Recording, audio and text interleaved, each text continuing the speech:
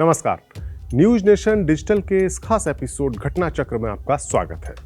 हाल ही में मोदी सरकार ने सेंट्रल दिल्ली स्थित नेहरू संग्रहालय का नाम बदलकर प्रधानमंत्री संग्रहालय कर दिया है। इस बात को लेकर काफी विवाद भी हुआ है और आरोप है कि मौजूदा एनडीए सरकार देश के पहले पीएम पंडित जवाहरलाल नेहरू का नाम मिटाना चाहती है, ऐसा कांग्रेस पार्टी की तरफ से आरोप लग रहा है। खैर, ये नेहरू संग्रहालय या अब का प्रधानमंत्री संग्रहालय जिस बिल्डिंग में स्थित है वो है तीन मूर्ति भवन। आजादी के बाद पहले पीएम जवाहरलाल नेहरू इसी तीन मूर्ति भवन में रहते थे और कहा जाता है कि उनकी मौत के बाद पीएम बने लाल बहादुर शास्त्री भी इसी भवन में रहना चाहते थे, लेकिन नेहरू की बेटी यानी इंदिरा गांधी ने उन्हें इस भवन में रहने नहीं दिया। मैं हूं सुमित कुमार दुबे और इस सप्ताह के अपने इस एपिसोड में हम बात करेंगे उस घटना चक्र की कि कैसे शास्त्री पीएम बनने के बावजूद, कैबिनेट से प्रस्ताव मंजूर कराने के बावजूद भी तीन मूर्ति भवन में नहीं रह सके और क्यों उनके और इंदिरा गांधी के रिश्तों को बेहद तल्ख माना जाता है। शास्त्री और इंदिरा के बीच तीन मूर्ति भवन को लेकर हुए विवाद के बारे में बात करने से पहले हम बात करेंगे उन हालात की जिनमें शास्त्री देश के दूसरे प्रधानमंत्री बने। लाल बहादुर शास्त्री एक सच्चे गांधीवादी और सरल स्वभाव के नेता थे। पंडित नेहरू उन्हें काफी पसंद भी करते थे और नेहरू ने उन्हें अपनी सरकार में कई बड़े मंत्रालयों की जिम्मेदारी भी सौंपी थी, जिनमें गृह मंत्रालय जैसा अहम मिनिस्ट्री भी शामिल थी। नेहरू की बेटी इंदिरा भी राजनीति में आ चुकी थी, लेकिन नेहरू ने किसी भी लीडर को अपना राजनीतिक उत्तराधिकारी, अपना वारिस, अपना पॉलिटिकल वारिस घोषित नहीं किया था। 27 मई 1964 को देश के पहले प्रधानमंत्री पंडित जवाहरलाल नेहरू की मौत हो गई। पूरे देश में शोक की लहर थी, लेकिन दिल्ली के पावर सेंटर में एक सवाल तैर रहा था कि नेहरू के बाद कौन। यह सवाल इतना बड़ा था कि इसका जवाब खोजने में काफी वक्त लग रहा था। एक सप्ताह के आसपास का वक्त लग गया और इसी दौरान देश में तनाव फैलने की आशंका भी बनती जा रही थी। दिवंगत पत्रकार कुलदीप नैयर ने अपनी किताब बियॉन्ड द लाइन्स में लिखा है कि उस वक्त जो हालात थे उसे देखते हुए गृह सचिव वी विश्वनाथन को लगा कि नेहरू के उत्तराधिकार की लड़ाई काफी बढ़ सकती है और उन्होंने तमाम राज्य सरकारों को चिट्ठी लिखकर बताया कि दिल्ली में काफी तनाव बढ़ गया है और सुरक्षा बलों को अलर्ट कर दिया जाए। सुरक्षा कर्मियों की छुट्टियां तक रद्द कर दी गई। जिस दिन नेहरू का अंतिम संस्कार हुआ उस दिन देश के army chief general JN Chaudhary को हार्ट अटैक भी आया। उन्होंने वेस्टर्न फ्रंट से 6000 सैनिकों को दिल्ली बुला लिया था ताकि शांति व्यवस्था को बरकरार रखा जा सके। उस वक्त कांग्रेस के अध्यक्ष थे के कामराज। उन्हें और उनके साथियों का जो ग्रुप था, जो सीनियर लीडर्स का ग्रुप था, उसे एक सिंडिकेट कहा जाता था। ये सिंडिकेट लाल बहादुर शास्त्री को देश का पीएम बनाना चाहता था, लेकिन रास्ते में एक बड़ी रुकावट थी और वो रुकावट थी पूर्व वित्त मंत्री मोरारजी देसाई। कांग्रेस में मोरारजी देसाई के भी कई समर्थक थे और वो खुद भी प्रधानमंत्री बनना चाहते थे, लेकिन हालात ऐसे बने कि 2 जून 1964 को मोरारजी देसाई मात खा गए और शास्त्री के नाम पर मोहर लग गई।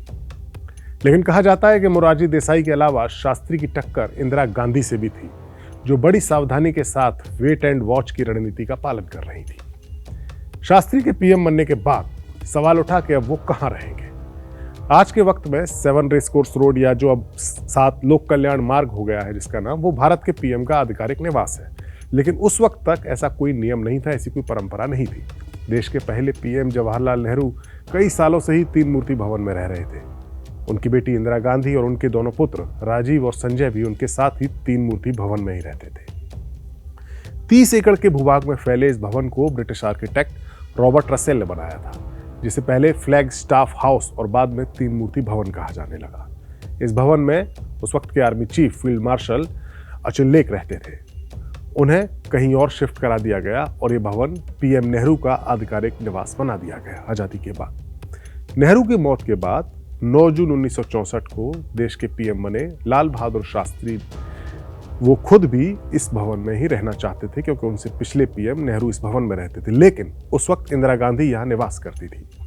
नेहरू की मौत के बाद 9 अगस्त 1964 को शास्त्री की कैबिनेट ने एक प्रस्ताव पारित करके तीन मूर्ति भवन को देश के प्रधानमंत्री का आधिकारिक निवास स्थान बना दिया। जाहिर है इस फैसले के बाद इंदिरा गांधी को तीन मूर्ति भवन खाली करना होता, लेकिन हुआ नहीं। इतिहासकार रामचंद गुहा की एक किताब है इंडिया आफ्टर गांधी, उसके मुताबिक इंदिरा ने लाल बहादुर शास्त्री को एक चिट्ठी लिखी जिसमें उन्होंने तीन मूर्ति भवन को नेहरू का स्मारक संग्रहालय बनाने की बात उठा दी। इंदिरा ने लिखा, आदरणीय प्रधानमंत्री जी, तीन मूर्ति भवन को आप मेरे पिताजी पंडित जवाहरलाल नेहरू का स्मारक बनाना चाहते हैं या खुद वहां रहना चाहते हैं? इस बात का फैसला यदि आप जल्दी करते हैं तो बेहतर होगा। इस चिट्ठी में कुछ ऐसी बातें भी लिखी गई थी जिनसे शास्त्री काफी आहत भी हुए। इंदिरा ने आगे लिखा, वैसे मैं हमेशा ये मानती रही हूं कि तीन मूर्ति भवन रहने के लिहाज से काफी बड़ा है, लेकिन पंडित नेहरू की बात अलग थी। उनसे मिलने वाले लोगों की तादाद बहुत ज्यादा थी, बहुत बड़ी थी, लेकिन अब स्थिति ऐसी नहीं रहेगी। आपसे मिलने वालों की कुछ खास संख्या नहीं होगी। जाहिर है, इंदिरा की इस चिट्ठी का मकसद शास्त्री पर दबाव बनाने का तो था ही, साथ ही वो उन्हें यह एहसास भी दिलाना चाहती थी कि उनके पिता यानी पंडित जवाहरलाल नेहरू के सामने शास्त्री का कद कितना कम है। कुलदीप नैयर ने अपनी किताब द स्कूप में शास्त्री के हवाले से लिखा है कि इंदिरा तीन मूर्ति भवन को नेहरू का संग्रहालय बनाने के लिए उन पर लगातार दबाव डाल रही थी। बहरहाल, तीन मूर्ति भवन को नेहरू संग्रहालय बनाने का इंदिरा का दाव इतना मजबूत था कि शास्त्री उसके आगे परास्त हो गए और तीन मूर्ति भवन को भारत सरकार के संस्कृति मंत्रालय के तहत नेहरू स्मृति और संग्रहालय बना दिया गया। भारत के दूसरे पीएम लाल बहादुर शास्त्री 10 जनपथ में जाकर रहने लगे। ये वही बंगलो है, ये वही निवास स्थान है जिस पर पिछले कई सालों से कांग्रेस की पूर्व अध्यक्ष सोनिया गांधी जहां रहती हैं। तीन मूर्ति भवन का मसला शास्त्री और इंदिरा गांधी के बीच के तनाव की इकलौती नजीर नहीं है। बतौर पीएम शास्त्री के एक छोटे से कार्यकाल के दौरान ऐसे कई वाकये हुए जिनसे पता चलता है कि इंदिरा और शास्त्री के बीच सब कुछ ठीक नहीं था। पंडित नेहरू की मौत के बाद जब के कामराज ने मोरारजी देसाई को मात देने के लिए शास्त्री को पीएम बनवाया था, तब वो इस बात से भी वाकिफ थे कि कांग्रेस के भीतर कई लोगों को नेहरू की बेटी इंदिरा के साथ सहानुभूति है। लिहाजा उन्होंने इंदिरा को शास्त्री की कैबिनेट में शामिल करवाया और उन्हें सूचना प्रसारण मंत्री बनवा दिया। कहा जाता है कि इंदिरा पीएम बनना चाहती थी और ये बात शास्त्री को पता थी। पीएम बनने के बाद शास्त्री को एक माइल्ड हार्ट अटैक भी आया था। डॉक्टर्स ने उन्हें अपने काम के बोझ को कम करने की सलाह दी और उन्होंने विदेश मंत्रालय का जिम्मा किसी और को देने का मन बना लिया था। दरअसल ये वो वक्त था जब विदेश मंत्रालय प्रधानमंत्री के पास ही रहता था, क्योंकि शास्त्री से पहले के पीएम नेहरू ने ताजिंदगी हमेशा ये मंत्रालय अपने पास रखा और उसी परंपरा के तहत शास्त्री ने भी विदेश मंत्रालय अपने पास ही रखा था। कुलदीप नैयर ने अपनी किताब बियॉन्ड द लाइन्स में लिखा है कि एक रोज जब वो पीएम शास्त्री से मुलाकात करने पहुंचे, शास्त्री ने तब उन्हें बताया कि खराब स्वास्थ्य के चलते वो विदेश मंत्रालय छोड़कर एक विदेश मंत्री की नियुक्ति करना चाहते हैं। और उन्होंने कुलदीप नैयर से पूछा कि क्या उनकी नज़र में कोई अच्छा नाम है, तो कुलदीप नैयर से जब उनकी राय पूछी तो उन्होंने इंदिरा गांधी का नाम लिया। इंदिरा गांधी का नाम उन्होंने सुझाया। इस पर शास्त्री का कहना था कि वो तो प्रधानमंत्री बनना चाहती हैं। यानी शास्त्री इंदिरा गांधी के इरादों को जानते थे, या उन्हें लगता था कि इंदिरा गांधी प्रधानमंत्री बनना चाहती हैं। कांग्रेस के काफी पुराने लीडर रहे डॉक्टर कर्ण सिंह ने भी लिखा है कि इंदिरा गांधी विदेश मंत्री बनना चाहती थी, लेकिन शास्त्री ने स्वर्ण सिंह को विदेश मंत्रालय दे दिया, जिसके बाद वो शास्त्री से नाराज हो गई। पत्रकार इंदर मल्होत्रा ने इंदिरा की एक बायोग्राफी लिखी है, Indira Gandhi a personal and political biography उसका नाम है, और उसमें उन्होंने लिखा है कि इंदिरा ने कभी भी खुलकर ये नहीं कहा कि वो विदेश मंत्री बनना चाहती थी, लेकिन स्वर्ण सिंह को विदेश मंत्री बनाया जाना उन्हें ठीक नहीं लगा था। शास्त्री के कार्यकाल के दौरान 1965 में भारत और पाकिस्तान के बीच जंग हो गई। जिस तरह से इस जंग में शास्त्री ने देश के मनोबल को बनाए रखा और बड़े बड़े फैसले लिए और पाकिस्तान के हौसलों की कमर तोड़ दी, उससे देश में उनकी पॉपुलैरिटी काफी बढ़ गई थी और इंदिरा को लगने लगा कि शायद अब उनका चांस खत्म हो गया है। पंडित नेहरू ने अपनी पूरी संपत्ति दान में दे दी थी, लेकिन उनकी लिखी हुई किताबों की रॉयल्टी इंदिरा के पास आती थी। इंदिरा इसी रॉयल्टी की रकम के अनुपात में विदेश में रहने के खर्चे का हिसाब किताब लगाने लगी, यानी इंदिरा विदेश में बसने का मन बनाने लगी थी। उस वक्त भारत पाकिस्तान का युद्ध समाप्त हो गया था और सोवियत संघ के शहर ताशकंद में भारत और पाकिस्तान के बीच समझौते की वार्ता होनी थी। ताशकंद जाने से पहले शास्त्री ने, उनकी पॉपुलैरिटी उस वक्त चरम पर थी, अपनी कैबिनेट में मौजूद इंदिरा गांधी के समर्थक टीटी कृष्णमाचारी को बर्खास्त कर दिया।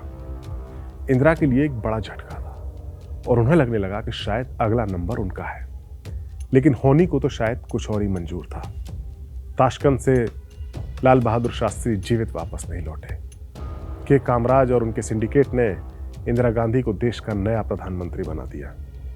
उन्हें उम्मीद थी कि इंदिरा गांधी, जिसे गूंगी गुड़िया कहा जाता था, उस वक्त उन्हें वो एक गूंगी गुड़िया साबित होंगी, यानी कठपुतली पीएम साबित होंगी, लेकिन इंदिरा ने आगे चलकर सिंडिकेट को ही किनारे लगा दिया और इसके बाद जो हुआ वो इतिहास है।